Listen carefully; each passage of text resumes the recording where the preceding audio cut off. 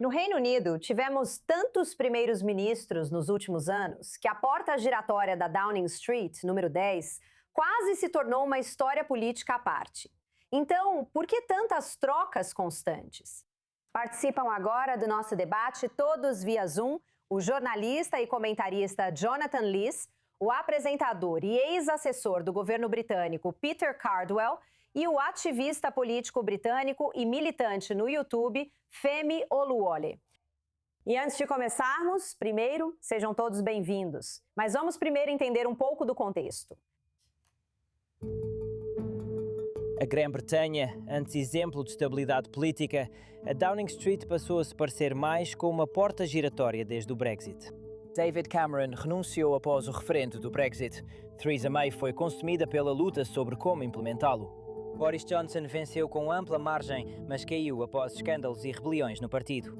Liz Truss ficou só algumas semanas após seus planos económicos assustarem os mercados. Rishi Sunak prometeu estabilidade, mas conduziu os conservadores a uma derrota nas eleições. Agora, até a promessa de Keir Starmer de mudança enfrenta o baixo crescimento, eleitores irritados e pressão da esquerda e direita. O problema pode ser maior do que um líder ou um partido. O Reino Unido enfrenta padrões de vida estagnados, serviços públicos sobrecarregados, pressões migratórias, divisões regionais e uma profunda frustração com a própria política. Isso é só uma década confusa após o Brexit ou indica algo mais profundo? Será que o Reino Unido se tornou ingovernável? Sejam bem-vindos de volta. Vamos ao debate. Cada um tem 30 segundos para responder a primeira pergunta e depois poderemos aprofundar. Então a pergunta é: o Reino Unido se tornou ingovernável? E vamos começar com Jonathan. Eu não acho que o Reino Unido tenha se tornado ingovernável, propriamente dito. O Reino Unido claramente tem uma série de desafios. Muitos desses desafios são diferentes dos que existiam antes do Brexit. Obviamente, o Brexit tornou as coisas muito mais difíceis, porque foi como um esvaziamento gradual da nossa economia. E agora estamos enfrentando onda após onda de pressão econômica por coisas que não escolhemos, como a Covid, como a invasão da Ucrânia, como a guerra no Irã.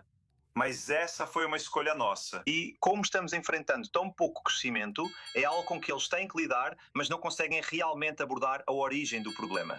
E esse é o problema. Certo, Jonathan. E agora, Peter? Eu não considero o país ingovernável, mas acredito que os principais partidos políticos são, sendo muito difíceis de liderar, tanto para Keir Starmer quanto para seus antecessores conservadores. Temos o maior crescimento do G7, embora isso seja como ser o mais alto entre os colegas da Branca de Neve.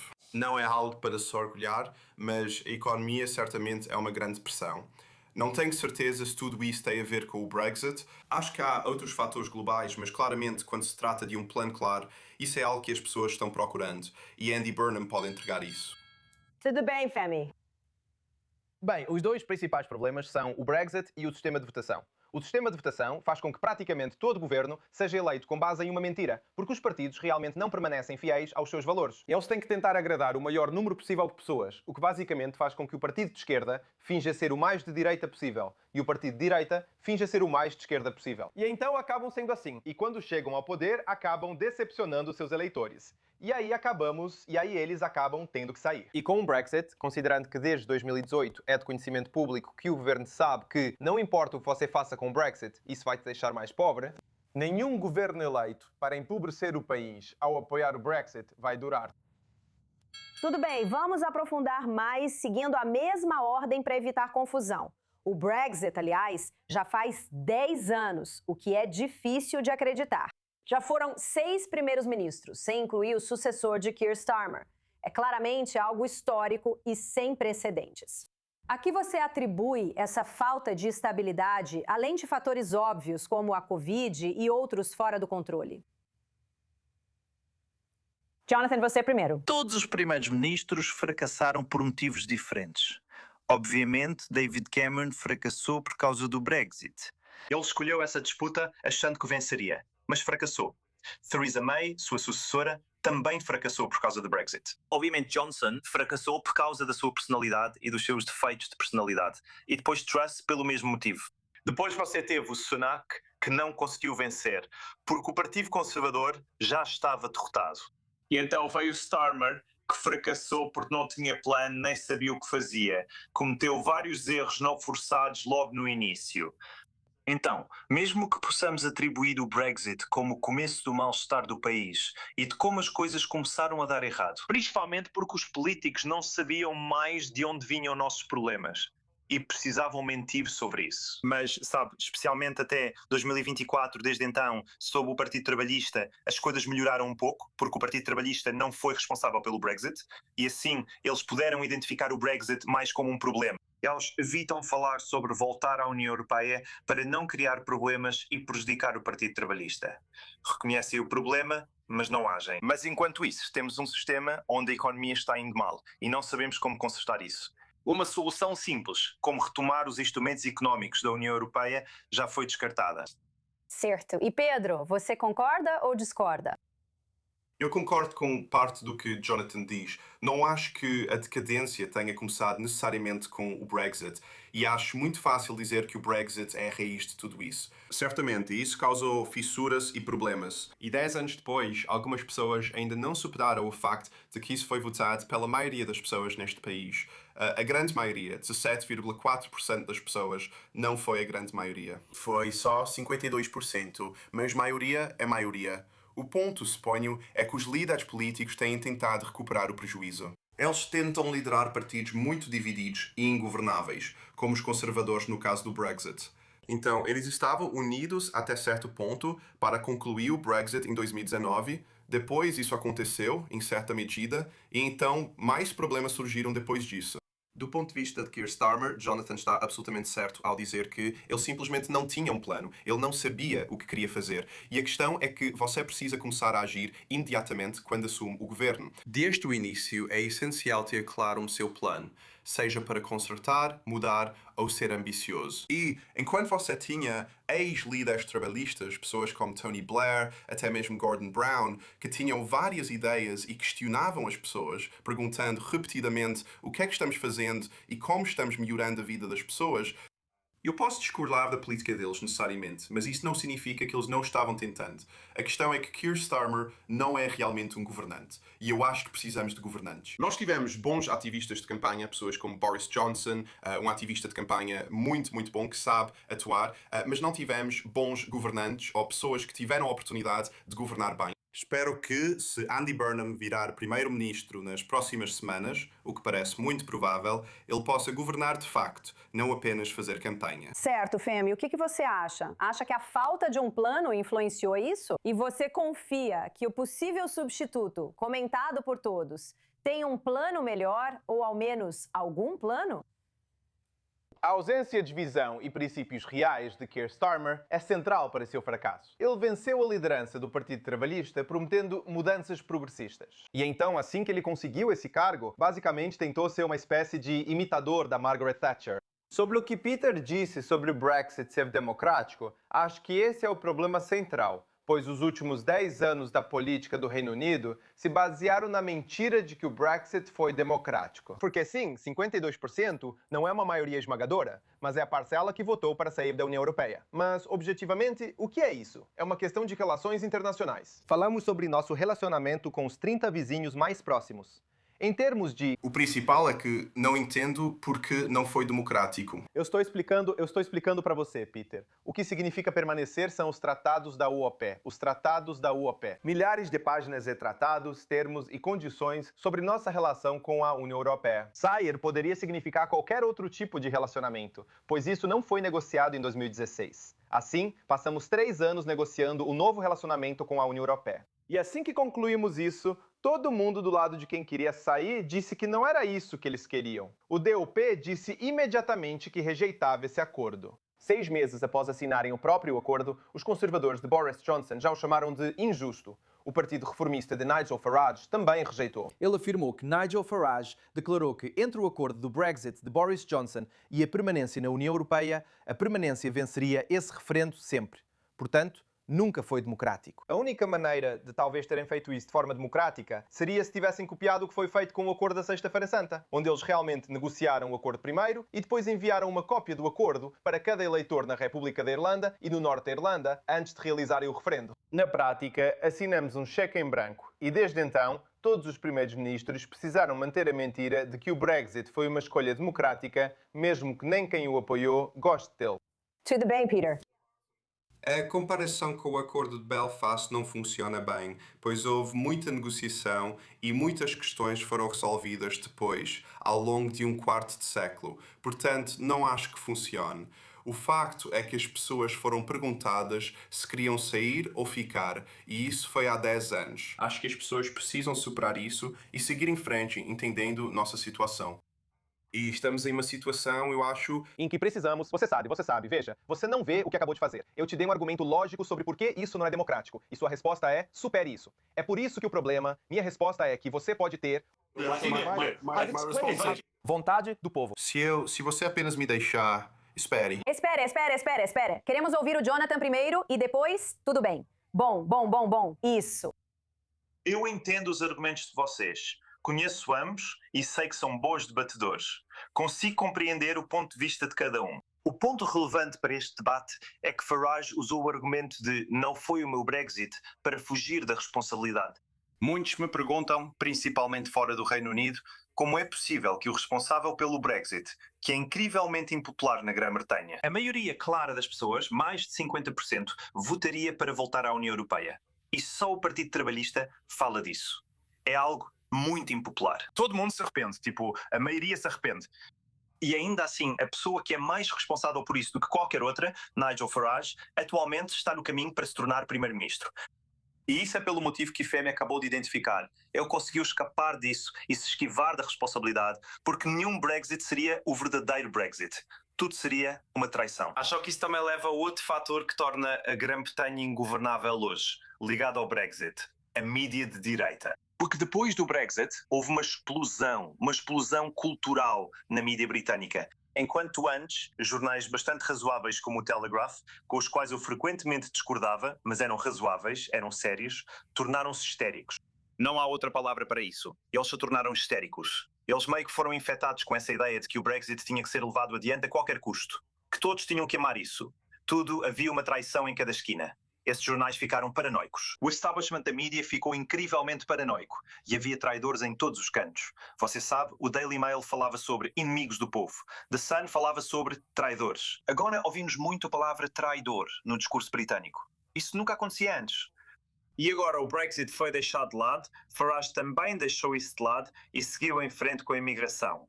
E agora a mídia de direita está explorando a imigração da mesma forma. Obviamente a imigração é uma questão séria. As travessias em pequenos barcos também são um problema sério.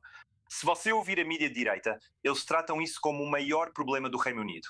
Como se estivéssemos diante do equivalente a uma invasão ao estilo dos anos 1940. Farage e equipe também souberam explorar isso. Esse é outro motivo pelo qual Starmer e Sunak fracassaram. Nunca agradaram a mídia de direita, que queria derrubá-los desde o início. Certo, Peter. Concordo em parte. Tanto a mídia de direita quanto a de esquerda tem muito a responder sobre a histeria, especialmente nesse tema. E há muita mídia... Desculpa?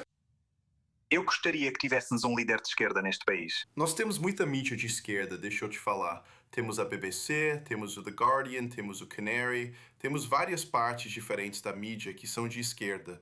Então, estou apresentando um ponto de vista de esquerda. Por isso, acho que existe uma pluralidade de mídia. Concordo com Jonathan que muitos perderam a cabeça por causa do Brexit em ambos os lados e ficaram histéricos com isso.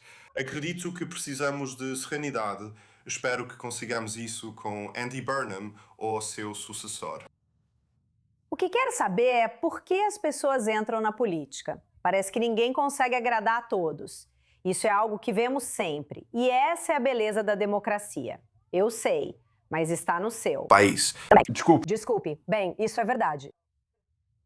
Essa ideia de que as pessoas estavam enlouquecendo por causa do Brexit e ficando histéricas. Neste momento, há 13 milhões de pessoas vivendo na pobreza. 13 milhões. Vimos a maior queda nos padrões de vida já registrada. E todos os setores da economia do Reino Unido vêm dizendo há anos que o Brexit está piorando as coisas. A Federação das Pequenas Empresas afirma que 85% das empresas britânicas enfrentaram dificuldades para exportar e importar por causa do Brexit. A Federação Nacional das Associações de Pescadores afirma que perderam 300 milhões de libras por ano. O Nuffield Trust diz que o Brexit prejudica o NHS. A SMNT diz que a indústria automobilística enfrenta mais dificuldades. O Banco da Inglaterra afirma que isso custou 1000 libras por ano à família média. Trata-se de sofrimento humano em grande escala. Quando defensores do Brexit dizem isso é só o projeto medo ou você está sendo histérico, estão zombando da pobreza. Certo, a Universidade de Surrey calculou que 1.500 pessoas... Primeiro de tudo, eu não sou um apoiador do Brexit. Primeiro de tudo, eu não sou um apoiador do Brexit. Desculpa.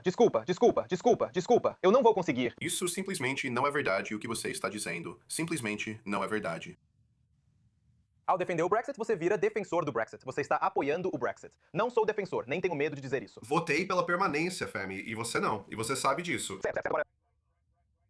Agora, sua posição é supere isso, o que significa que você está apoiando o Brexit como está atualmente. Então, permita-me, só por um segundo. Se você me permitir explicar por um segundo, então vou terminar meu argumento. A Universidade de Surrey calculou que o Brexit está custando ao INSS 1.500 vidas por ano, por causa da perda de enfermeiros. A Cancer Research Reino Unido afirmou que o Brexit está nos privando de medicamentos que salvam vidas. Essas são as consequências que você está dizendo para simplesmente superar. Você está exagerando. E quando você diz não, mas foi um voto democrático. Olá.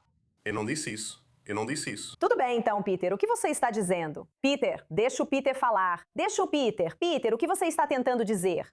O Femi distorceu deliberadamente minhas palavras. Afirmei que grande parte da mídia de esquerda e direita tem sido histérica sobre o Brexit. Não falei de pessoas em situação de pobreza, nem neguei os fatos apresentados por ele. Não nego que o Brexit trouxe problemas. Votei pela permanência, mas superei rápido.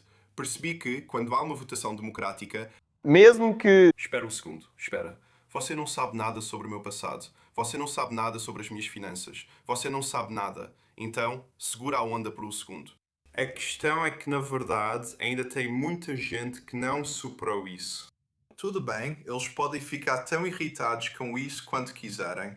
Mas a beleza de uma democracia, o objetivo de uma democracia, é que as pessoas podem tomar decisões com as quais outras pessoas não concordam e elas têm que lidar com as consequências, mesmo que essas consequências sejam ruins. Não é isso. Há muitas coisas que eu mudaria neste país. Existem muitas maneiras pelas quais eu acho que tanto os conservadores quanto o Partido Trabalhista poderiam fazer as coisas melhor. E eu acho que o Partido Reform poderia fazer as coisas melhor por causa de como eles querem governar este país, de como eles atuam em nível local. Mas os pontos do Femi não são justos quanto à forma como ele caracterizou o que eu disse. Tudo bem, Jonathan. Espera.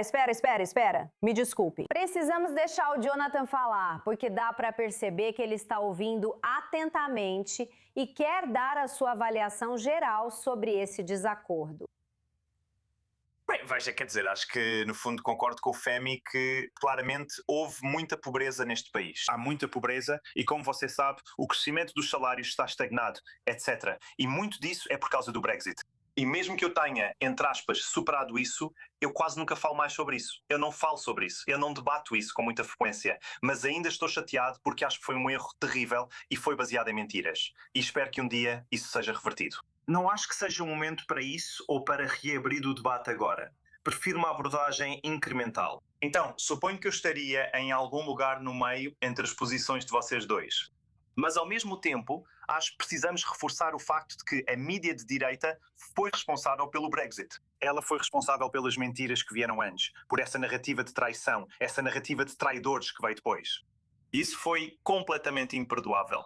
E agora eles pegaram esse modelo e transformaram isso no argumento sobre imigração. E agora temos o argumento do CEDH, que Sir Kenny Badenoch adotou, porque os conservadores também estão indo muito para a direita. Agora, todo o debate do Brexit se concentra em sair do Tribunal Europeu de Direitos Humanos para garantir nossa soberania. Talvez um dia todos queiram sair da OTAN e da ONU, pois também afetam nossa soberania.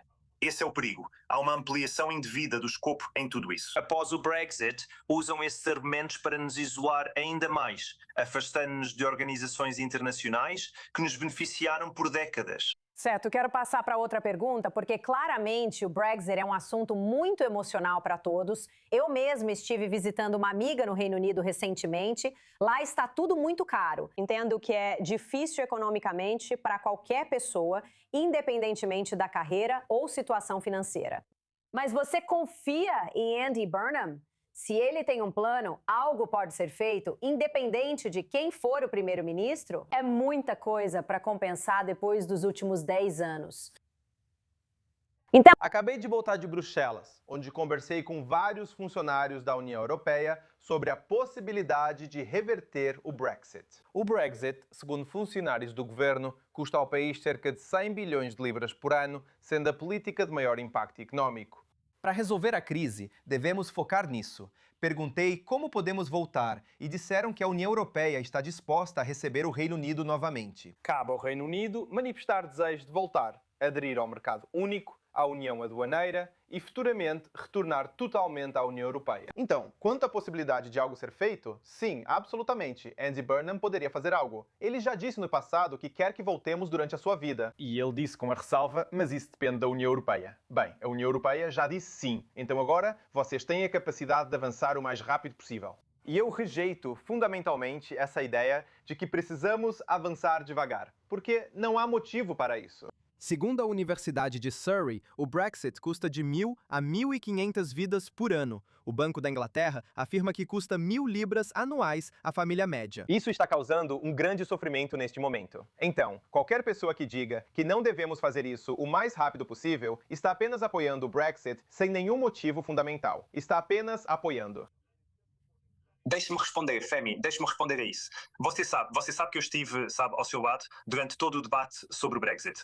Eu concordo totalmente com você sobre o Brexit. Foi uma catástrofe completa. Mas isto também é uma questão política sobre como você conquista o apoio das pessoas. E mesmo que eu concorde com você, pesquisa após pesquisa mostra que as pessoas se arrependem da decisão de sair e que votariam para voltar. Pense no tempo e energia consumidos nisso. Por 3 anos, nada mais ocorreu na Grã-Bretanha. Se fizer um referendo, considere como isso dividiria o Partido Trabalhista. Veja, isso tornaria Burnham responsável e dividiria muitos partidos. Eles pensariam nas consequências e na reação dos conservadores. Não digo que não seja certo, mas é preciso escolher o momento ideal. E você tem que, há tantos desafios que a Grã-Bretanha está enfrentando agora, você precisa decidir qual é a prioridade. sobre as coisas que importam. Espere. Só temos 30 segundos. Quero que Pedro possa ter a última palavra. Pedro, o que você acha? Vamos encerrar e dar a sua avaliação sobre isso? Então, 17,4 milhões votaram pelo Brexit. Se Albie Burnham, que só teve cerca de 20 mil votos, entrar e reverter o Brexit, acha um erro. Acho que há muitas outras coisas nas quais ele precisa se concentrar. Ele tem uma pilha enorme de tarefas. Tem muita gente projetando neste momento sua visão sobre o que ele deveria ser. Vamos ouvir mais dele amanhã. Ele fará um grande discurso sobre economia. Vou ouvir atentamente para saber como pretende resolver as questões económicas do Reino Unido. Obrigada a todos. Gostaria de mais tempo, pois é um tema relevante. Agora é esperar para ver o que acontece.